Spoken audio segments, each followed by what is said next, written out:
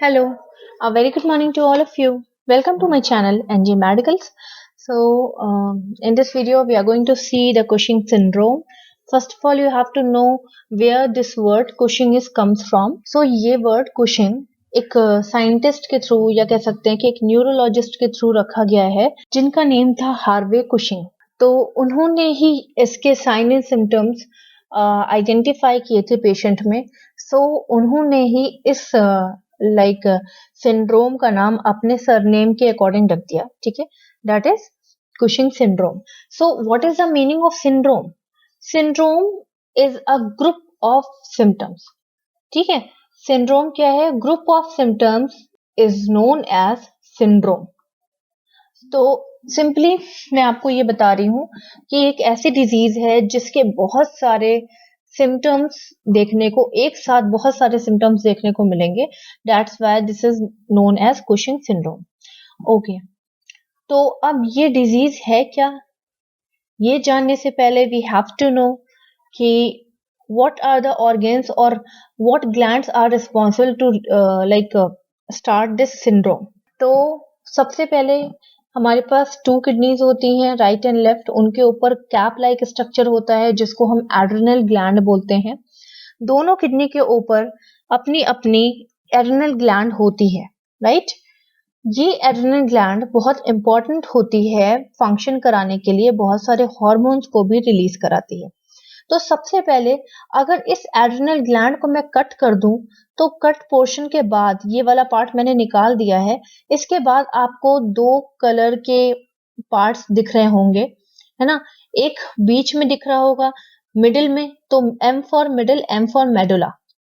ये different type of hormones को release करता है। और इसके सराउंडिंग में कुछ ब्राउन पार्ट आपको दिख रहा होगा, that surrounding portion is known as cortex, जो कि बहुत सारे डिफरेंट टाइप ऑफ हॉर्मोन्स को रिलीज करता है। यहाँ पे आप देख सकते हो। ठीक है, किस हार्मोन का क्या फंक्शन है, क्यों हो रहा है, ये हम आगे डिस्कस करेंगे।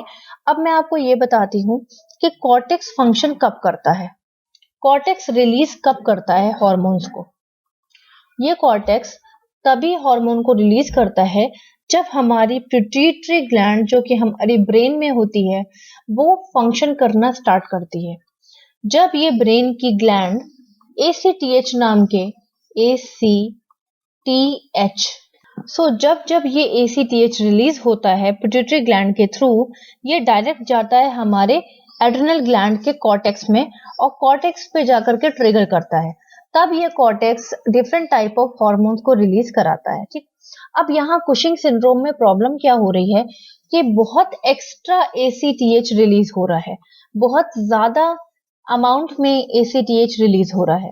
एंड जैसा कि हम सब जानते हैं कि कोई चीज बहुत एक्स्ट्रा अमाउंट में भी हमारी बॉडी के लिए अच्छी नहीं होती है और बहुत कम अमाउंट में भी अच्छी नहीं होती है। सो हर एक चीज नॉर्मल रिलीज होनी चाहिए। वैसे ही जब ACTH अपने आप को बहुत ज्यादा रिलीज करा देगा तो कॉर्टेक्स भी अपने हॉर्मोन्स का जो रिलीज कर रहा है हॉर्मोन्स, वो एक्स्ट्रा हॉर्मोन्स रिलीज करने लगेगा। जब ACTH ज्यादा हो जाएगा तो कॉर्टेक्स भी अपना फंक्शन फास्ट करने लगेगा और जितने भी इसके हॉर्मोन्स हैं वो बहुत फास्ट रिलीज होने लगेंगे। ठीक है, अब आगे देखते हैं कौन सा हार्मोन क्या प्रॉब्लम क्रिएट कर रहा है ज्यादा बढ़ने की वजह से। तो चलिए इंट्रोडक्शन पे आ जाते हैं। आई थिंक बेसिक्स तो आपको क्लियर हो गया होगा। अब देख लेते हैं इंट्रोडक्शन। तो इंट्रोडक्शन में हम ये कह सकते हैं कि ये एक हार्मोनल डिसऑर्डर है। क्यों? क्योंकि ACTH की वजह से प्रॉब्लम क्रिएट हो रही है। जिनको किसने सबसे पहले आइडेंटिफाई किया? हमारे हार्वी कुशिंग, जो हमारे न्यूरोलॉजिस्ट थे, उन्होंने आइडेंटिफाई किया। ये डिजीज एंडोक्राइन सिस्टम के अंडर में आती है बिकॉज हमारे जितने भी हॉर्मोन्स डायरेक्ट ब्लड में सप्लाई होते हैं वो एंडोक्राइन सिस्टम कराता है। इसके अलावा वोमेन्स में ये ज्यादा कॉमन है। अब ये वोमेन्स में ज्यादा कॉमन इसलिए है क्योंकि रिसर्च के अकॉर्डिंग ये पता चला है कि वोमेन्स को पिट्यूटरी जो ट्यूमर है वो ज्यादा होता है। ठीक है, तो पिट्यूटरी ट्यूमर मैं आपको दिखा देती हूँ। ये पिट्यूटरी ग्लैंड के अंदर abnormal growth of the cells अगर हो जाएगा तो उसको हम पिट्यूटरी ट्यूमर कहेंगे।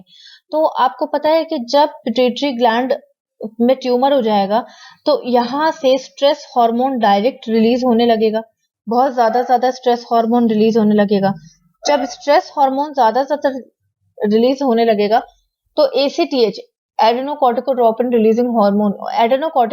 हार्मोन भी ज्यादा रिलीज होने लगेगा और वो हमारे कॉर्टिसोल जिसको हम स्ट्रेस हार्मोन भी बोलते हैं वो भी रिलीज होने लगेगा। मतलब हर एक चीज एबनॉर्मली रिलीज होने लगेगी अगर पिट्यूटरी ग्लैंड में कोई ट्यूमर हो गया तो।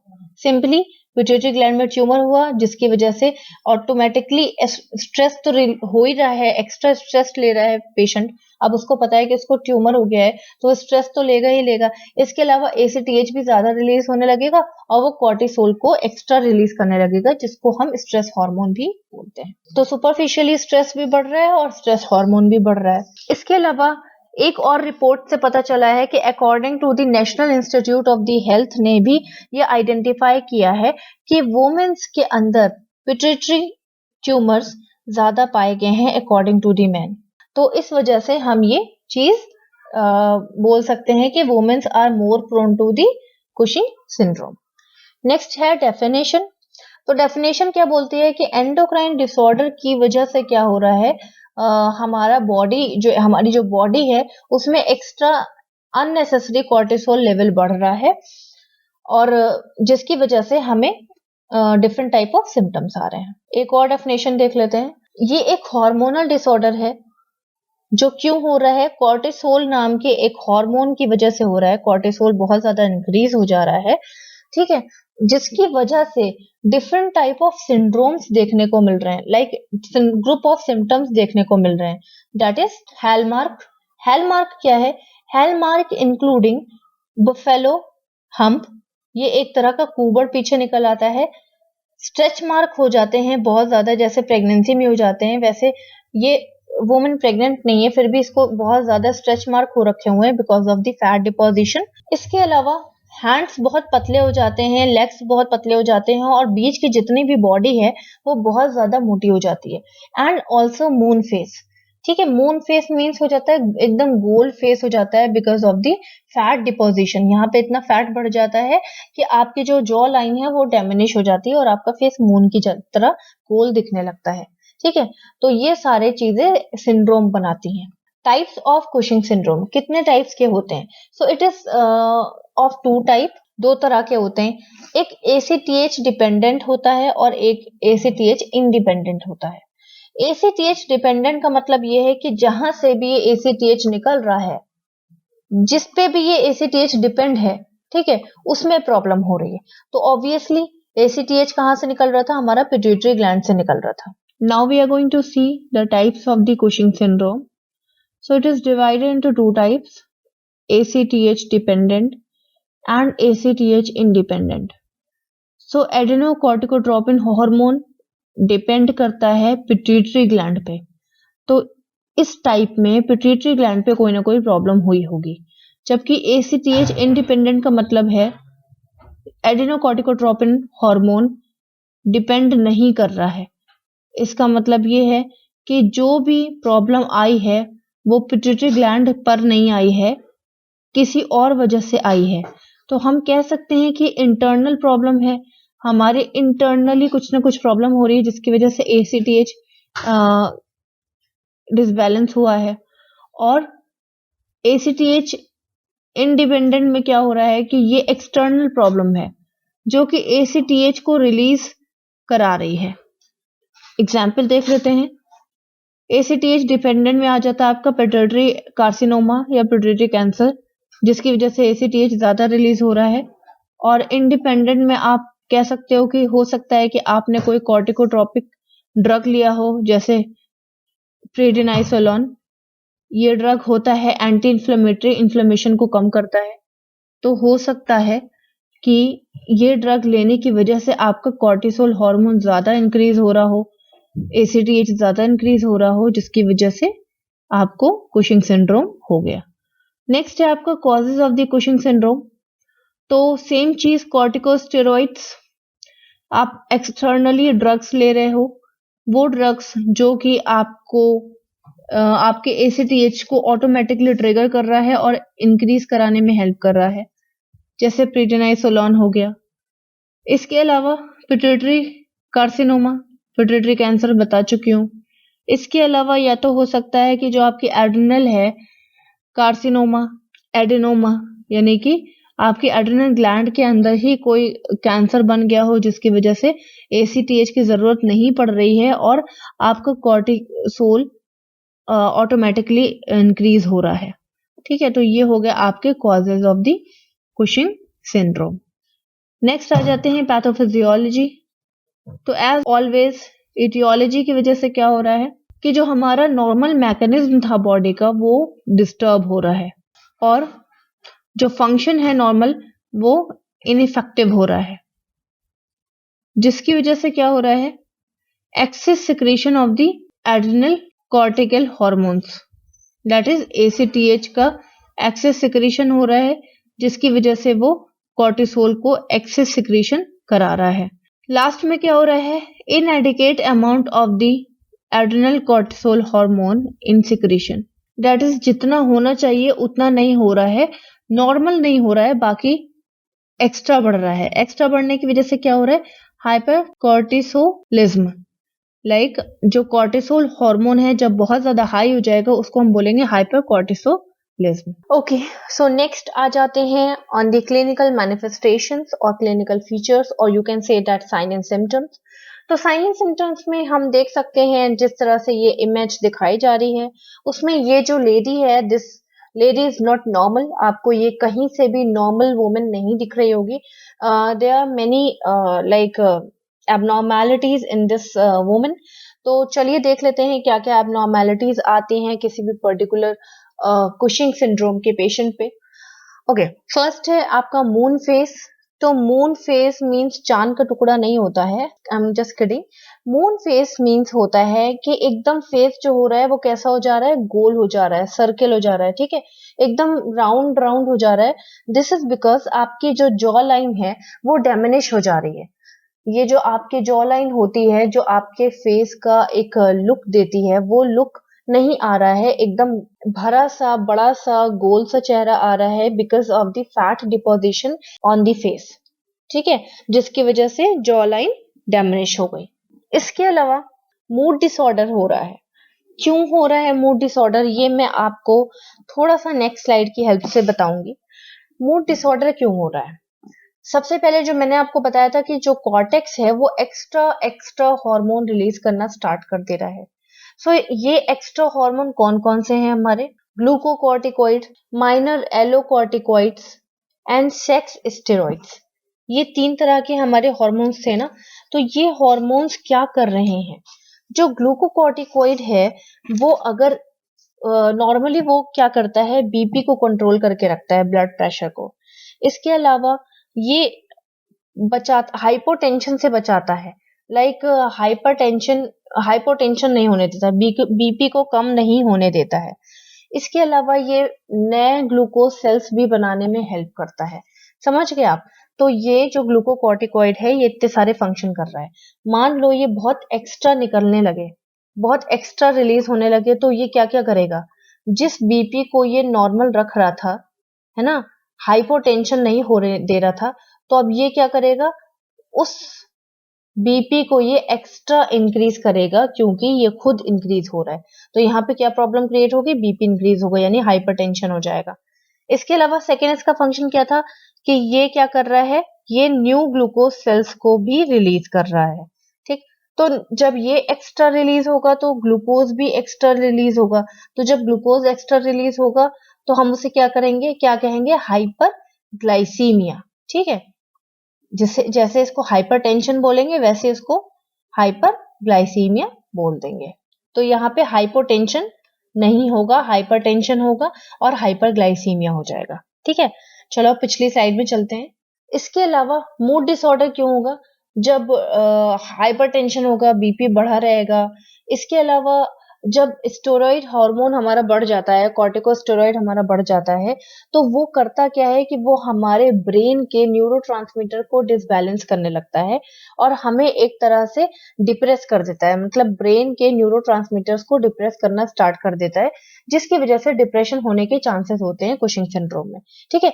हाइपरग्लाइसीमिया यानी कि इंक्रीज इन ग्लूकोज लेवल क्यों हो रहा है ये मैं आपको बता चुकी हूँ।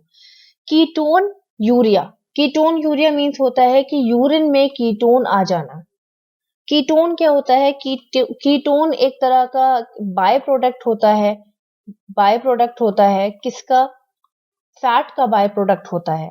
ठीक है, तो जब हमारे अंदर ग्लूकोज इंक्रीज हो जाता है और मान लीजिए कि आपके जो ये मसल्स हैं, स्केलेटल मसल्स, उस ग्लूकोज को यूटिलाइज नहीं कर पा रहे हैं, तो मसल्स को वीकनेस होने लगती है, तब कीटोन निकलना स्टार्ट होता है और मसल्स को एक्स्ट्रा एनर्जी देता है। तो कीटोन लेवल जब बढ़ जाता है तो वो यूरिन में आने लगता है, दैट इज कीटोन यूरिया। ठीक है, नेक्स्ट है रिस्क ऑफ इन्फेक्शन। तो ऑब्वियसली रिस्क ऑफ इन्फेक्शन हो जाएगा। क्यों हो जाएगा? क्योंकि यहाँ पे इम्यून सिस्टम डिसबैलेंस हो रहा है।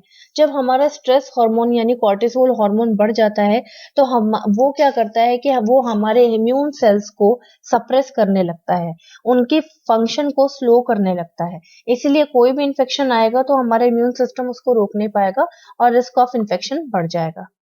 Glucose urea. यूरिया मीन्स होता है यूरिन। ग्लूकोज जो है वो यूरिन में तब आने लगेगा जब हाइपरग्लाइसीमिया हो जाएगा। और ये मैं आपको पिछली स्लाइड में बता चुकी हूँ कि हाइपरग्लाइसीमिया क्यों हो रहा है, ग्लूकोज लेवल क्यों इंक्रीज हो रहा है। इसलिए जब वो बहुत एक्स्ट्रा हो जाएगा तो वो यूरिन में भी आने लगेगा। नेक्स्ट है आपका osteoporosis. Osteoporosis weakness of the bone को बोलते हैं। बोन वीकनिंग हो जाती है जिसकी वजह से वो इजिली फ्रैक्चर्ड हो जाती है। ये इसलिए हो रहा है क्योंकि जब ग्लूकोकॉर्टिकॉइड इंक्रीज होता है तो वो हमारे कैल्शियम लेवल के रीअब्जॉर्प्शन को कम कर देता है। समझ रहे हो? जब ग्लूकोकॉर्टिकॉइड यानी कि कॉर्टिसोल जब हमारा बढ़ जाता है, यहाँ पे देख लो, ये ग्लूकोकॉर्टिकॉइड जब हमारा इंक्रीज हो जाता है, एक्स्ट्रा इंक्रीज हो जाता है, तो जो कैल्शियम हमारे स्मॉल इंटेस्टाइन को एब्जॉर्ब कर लेना चाहिए, वो एब्जॉर्ब नहीं हो पाता है। ग्लूकोकॉर्टिकॉइड वीक कर देता है एब्जॉर्प्शन को, जिसकी वजह से ऑस्टियोपोरोसिस होने के चांसेस हो जाते हैं। बोन का वीक होने के चांसेस हो जाते हैं। बोन इतनी वीक हो जाती है, बोन अंदर से खोखली हो जाती है, जिसकी वजह से वो इजिली फ्रैक्चर हो सकती है। नेक्स्ट है मसल पेन। मसल पेन और मसल वीकनेस दोनों ही होगा। मसल पेन और मसल वीकनेस इसलिए होगा क्योंकि जब ग्लूकोकॉर्टिकॉइड इंक्रीज हो जाता है तो वो मसल स्ट्रेंथ को डिक्रीज कर देता है। मसल स्ट्रेंथ जब डिक्रीज हो जाएंगे तो इजिली मसल पेन भी होगा और वीकनेस भी हो जाएगी। अब इसका रीजन भी मैं आपको दे देती हूँ। देखो, मसल वीकनेस क्यों हो रही है? क्योंकि ग्लूकोज लेवल जब बढ़ जाता है, ग्लूकोकॉर्टिकॉइड क्या कर रहा है? ग्लूकोज को भी बढ़ा रहा है, नए ग्लूकोज सेल्स को बना रहा है। जब ग्लूकोज लेवल बढ़ जाएगा तो आपके अंदर का इंसुलिन लेवल भी इंक्रीज हो जाएगा। इंसुलिन लेवल क्या करता है कि वो फैट जो मॉलिक्यूल्स होते, वो जो फैट सेल्स होते हैं हमारे अंदर, उन फैट सेल्स में एक्स्ट्रा मॉलिक्यूल को डिपॉजिट करने लगता है। ठीक है, ये भी एक वो फंक्शन करता है, एक्स्ट्रा मॉलिक्यूल को डिपॉजिट करने लगता है, जिसकी वजह से क्या होता है कि फैट कहीं ना कहीं एक्स्ट्रा डिपॉजिट हो जाता है, कहीं ना कहीं एक्स्ट्रा बढ़ जाता है। ठीक है, जो फैट पूरी बॉडी में डिस्ट्रीब्यूट होना चाहिए वो फैट पूरी बॉडी में डिस्ट्रीब्यूट ना हो करके किसी पर्टिकुलर एरिया पे जाकर के डिपॉजिट हो रहा है। यहाँ पे देख लो, यहाँ पे फैट है, यहाँ पे फैट है ना, यहाँ पे फैट है, बट हैंड्स में फैट नहीं है, लेग्स में फैट नहीं है, तो पूरे बॉडी में ना जाकर के पर्टिकुलर एरियाज में फैट चला जाता है, जिसकी वजह से मसल्स को एनर्जी नहीं मिल पाती है। भाई फैट क्या करता है? एनर्जी प्रोवाइड करता है। ग्लूकोज क्या करता है? एनर्जी प्रोवाइड करता है। इसी वजह से मसल वीकनेस और पेन हो जाता है। नेक्स्ट आ जाता है बुफेलो हम्प। तो बुफेलो हम्प सेम चीज है, सेम प्रॉब्लम यहाँ पे आ रही है। मून फेस क्यों हो रहा था? क्योंकि फैट डिपॉजिट हो रहा था वहां पे, इसलिए मून फेस हो रहा था। उसी तरह से फैट डिपॉजिट नेक के पीछे भी हो रहा है, जिसको हम बफेलो हम्प बोलते हैं। आपने सांड देखा है ना, उसके ऊपर जो हम्प होता है, जो कुबड़ उठा होता है, वैसे ही यहाँ पर भी निकल आता है। अच्छा, ये होता क्यों है? तो मैं आपको पहले ही बता चुकी हूँ कि ग्लूकोज इंक्रीज होने की वजह से इंसुलिन भी इंक्रीज होता है। इंसुलिन क्या करता है कि फैट सेल्स के अंदर फैट मॉलिक्यूल्स को बढ़ा देता है। ठीक है, तो फैट मॉलिक्यूल्स कहीं कहीं जाकर के डिपॉजिट हो जाते हैं, जहां पे उनको ज्यादा लाइक मस्कुलर एरिया कह सकते हो, ज्यादा एरिया, अच्छा एरिया मिलता है, वहां पे जाकर के डिपॉजिट हो जाते हैं, जैसे कि फेस में या बैक में या तो ब्रेस्ट के पास या तो एब्डोमेन के पास हो जाता है। नेक्स्ट आ जाओ, स्ट्रेई ऑफ द स्किन। स्ट्रेई मीन्स होता है स्ट्रेच मार्क्स, उसको हम स्ट्रेई बोलते हैं। अगर आपको स्ट्रेई नहीं बोलना है तो आप स्ट्रेच मार्क भी बोल सकते हो।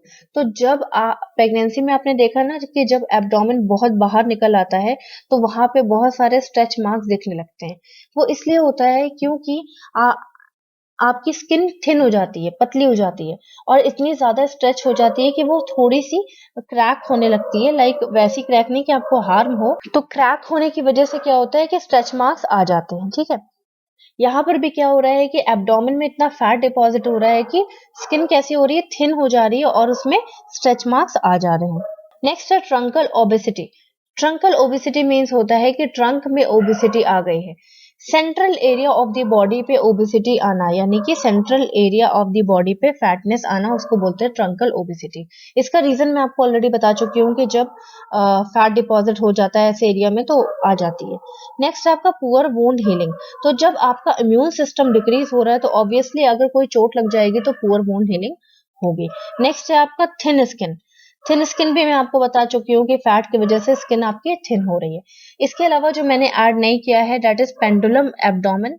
Abdomen stray, pendulum abdomen. तो पेंडुलम आपने देखा है ना कि पहले वाले घड़ी में, जो पहले की घड़ी हुआ करती थी वहां पे ऐसे घंटा लटकता था, उसको हम पेंडुलम बोलते थे। दैट इज पेंडुलम एब्डोमेन, ठीक है। तो ये पेंडुलम एब्डोमेन क्या है? जब एब्डोमेन पेंडुलम की तरह इस तरह से हैंग हो रहा होता है, ये देख लो इसका एब्डोमेन इस तरह से पेंडुलम की तरह हैंग हो रहा है, इसको हम पेंडुलम एब्डोमेन बोलते हैं। ये सारे साइन एंड सिम्टम्स हैं हमारे कुशिंग सिंड्रोम के। नेक्स्ट आ जाते हैं डायग्नोस्टिक इवैल्यूएशन पे। सबसे पहले आप हिस्ट्री कलेक्शन करोगे तो एज ऑलवेज हिस्ट्री कलेक्शन हम कर लेंगे। हिस्ट्री कलेक्शन में आप कैंसर का ट्रीटमेंट पूछोगे कि कहीं ऐसा तो नहीं कि कोई कैंसर का ट्रीटमेंट चल रहा हो, कौन से कैंसर का ट्रीटमेंट चल रहा है ये भी आपको पूछना है। इसके अलावा आप उनसे ये पूछ सकते हो कि इससे पहले कुशिंग सिंड्रोम का वो ट्रीटमेंट तो नहीं ले रही थी। इसके अलावा कहीं वो कॉर्टिकोस्टेरॉइड्स तो नहीं ले रही हैं, कोई ऐसी दवा तो नहीं ले रही हैं जो कि एंटी इन्फ्लेमेटरी हो। ये सारी चीजें आप उन्हें पूछ सकते हो। नेक्स्ट आपका फिजिकल एग्जामिनेशन। तो फिजिकल एग्जामिनेशन में हेड टू टो एग्जामिनेशन करोगे। सबसे पहले आप साइन सिम्टम्स देख लोगे, फैट देख लोगे कि बिहाइंड द नेक कोई हम तो नहीं निकला हुआ है, शोल्डर्स में फैट है, चेस्ट में फैट है ना, पेंडुलम एब्डोमेन तो नहीं है, मून फेस तो नहीं है, नेक में फैट तो नहीं है ना। ये सारी चीजें आप एनालाइज करोगे। नेक्स्ट आप स्किन देख लोगे। स्किन में आपको स्ट्रेच मार्क्स दिख जाएंगे, स्किन आपको काफी थिन मिलेगी, प्लस अगर वुंड है तो वो लेट हील हो रहा होगा। ये सारी चीजें आप स्किन में आइडेंटिफाई करोगे। मसल के लिए आपको उनसे पूछ लेना है कि कहीं ऐसा तो नहीं कि मसल वीकनेस या पेन होता हो, या वीकनेस हो रही हो बहुत ज्यादा, थोड़ा सा भी काम कर रही हो तो उन्हें वीकनेस आ रही हो। नेक्स्ट एक्सट्रीमिटीज आप देखोगे, बॉडी के अकॉर्डिंग एक्सट्रीमिटीज काफी आपको थिन मिलेंगी। आप उसके हैंड्स और उसके लेग्स काफी थिन मिलेंगे और लेग्स को कवर करता हुआ आपको हाईलाइटेड एब्डोमेन, पेंडुलम एब्डोमेन मिलेगा। नेक्स्ट सिटी स्कैन आपको ब्रेन का करा लेना है, जिसमें पिट्यूटरी ग्लैंड आपको एनलार्ज मिलेगी अगर उसमें ट्यूमर है तो। इसके अलावा radio immuno assay of plasma ACTH करा लोगे। It is a type of the blood test जिसमें एडिनोकॉर्टिकोट्रोपिन हार्मोन लेवल आपको पता चल जाएगा इंक्रीज है या नहीं है। तो ब्लड प्लाज्मा आपको मैं पहले भी बता चुकी हूँ कि जब आप जो है आरबीसी से, मतलब आप पूरे ब्लड से आरबीसी, डब्ल्यूबीसी और प्लेटलेट्स को हटा दोगे तो आपको एक येलो कलर का मिलेगा, उसको हम ब्लड प्लाज्मा बोलते हैं। उसमें ही ACTH का लेवल आपको हाई मिलेगा। नेक्स्ट आपका urine test and blood test combine बताऊंगी। यूरिन टेस्ट और ब्लड टेस्ट दोनों ही करा लेंगे और उसमें दोनों में हार्मोन का प्रेजेंस आपको मिलेगा। इसके अलावा सलाइवा टेस्ट, सलाइवा में भी कॉर्टिसोल हार्मोन मिलेगा आपको, specially at the night. Night में जब आप डॉक्टर टेस्ट करेगा, जब डॉक्टर जो है सैंपल लेगा नाइट में, तो उसको इजीली कॉर्टिसोल हार्मोन का की हाई प्रेजेंस मिलेगी। इसके अलावा MRI आप करा सकते हो। MRI आप कराओगे जिससे कि आपको पता चल जाएगा, डीप इन्वेस्टिगेशन पता चल जाएगी, डीप टिश्यू बाय टिश्यू आपको एड्रेनल ट्यूमर आपको मिल सकता है, एड्रेनल ग्लैंड का ट्यूमर आपको इजीली पता चल सकता है। नेक्स्ट आ जाते हैं मेडिकल मैनेजमेंट। तो मेडिकली इसमें ज्यादा मैनेजमेंट नहीं है, तो इसके लिए आपको क्या करना है, बिफोर सर्जरी, सर्जरी कराने से पहले आपको एक बार माइटोटेन टैबलेट्स देके देखनी है। इससे क्या होगा, मे बी ये टैबलेट सूट कर जाए और ये कॉर्टिसोल हार्मोन को रिलीज करने में, सॉरी डिक्रीज करने में हेल्प करे। अगर ये मेडिसिन वर्क नहीं करती है प्रॉपरली तो हमें सर्जिकल ट्रीटमेंट पे जाना है। सर्जिकल ट्रीटमेंट पे हम रेडिएशन थेरेपी दे सकते हैं अगर हम रेडिएशन के थ्रू ट्यूमर्स को हटा दें तो। इसके अलावा हम रेडिएशन थेरेपी के थ्रू अगर ट्यूमर्स नहीं हटा सकते हैं तो हमें सर्जरी करनी पड़ेगी। लेप्रोस्कोपिक एडेनेलेक्टमी। लेप्रोस्कोप मीन्स होता है opening from the abdomen. Abdomen से ओपनिंग करेंगे, एब्डोमेन में ओपनिंग करेंगे, कैमरा अंदर सेंड करेंगे, उसके बाद अंदर इंस्ट्रूमेंट डाल करके हम एडेनल ट्यूमर को कट ऑफ करके बाहर निकाल देंगे। This is laparoscopic adrenalectomy. ठीक है, टमी मीन्स होता है कट ऑफ, ठीक है, एडेनल ग्लैंड में कट कर रहे हैं। और लेप्रोस्कोपी मीन्स होता है, scopy means visualization, laparoscopy means होता है विजुअलाइजेशन फ्रॉम द एब्डोमेन।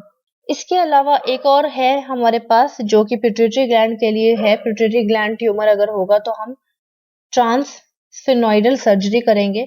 इसमें हम नेजल के थ्रू डाल सकते हैं, ठीक है, और इसके साथ साथ हम removal of the pituitary tumour कर सकते हैं। तो ये थी हमारी सर्जरी। नेक्स्ट देख लेते हैं नर्सिंग मैनेजमेंट। नर्सिंग मैनेजमेंट में वेट मॉनिटरिंग बहुत इंपॉर्टेंट है। अगर कंटिन्यूअस वेट बढ़ रहा है इसका मतलब अंदर ACTH इंक्रीज हो रहा है। इसके अलावा कंफर्ट डिवाइसेस प्रोवाइड करना है, क्योंकि पेशेंट को मसल पेन हो रहा होगा तो आप एक्स्ट्रा पिलो वगैरह, एक्स्ट्रा बेडशीट या एक्स्ट्रा ब्लैंकेट वगैरह दे सकते हो, जिससे कि पेशेंट कंफर्टेबली अपने आप को रख सके हॉस्पिटल में। अदरवाइज वो हॉस्पिटल में रुकना भी नहीं चाहेगा। साइकोलॉजिकल सपोर्ट दोगे, बिकॉज पेशेंट का जो फिगर है, जो पेशेंट की बॉडी इमेज है वो काफी डिस्टर्ब हो चुकी है। वो अपने आप को देख रही है कि उसके एक हम्प निकल आया है और कितनी ज्यादा अजीब तरह की उसकी बॉडी हो रही है, तो आपको साइकोलॉजिकल सपोर्ट प्रोवाइड करना है। हेल्थ एजुकेशन दे सकते हो डिजीज के बारे में कि ये डिजीज कैसे ठीक हो सकती है, कब ठीक हो सकती है, क्या आपको करना है। आपको बस अपनी बॉडी इमेज पे ध्यान नहीं देना है, आपको अपना मेंटली और फिजिकली दोनों तरह से ध्यान देना है। डाइवर्जनल थेरेपी आप उन्हें दे सकते हो, है ना, किसी और चीज में पेशेंट को बिजी करा सकते हो, ठीक है।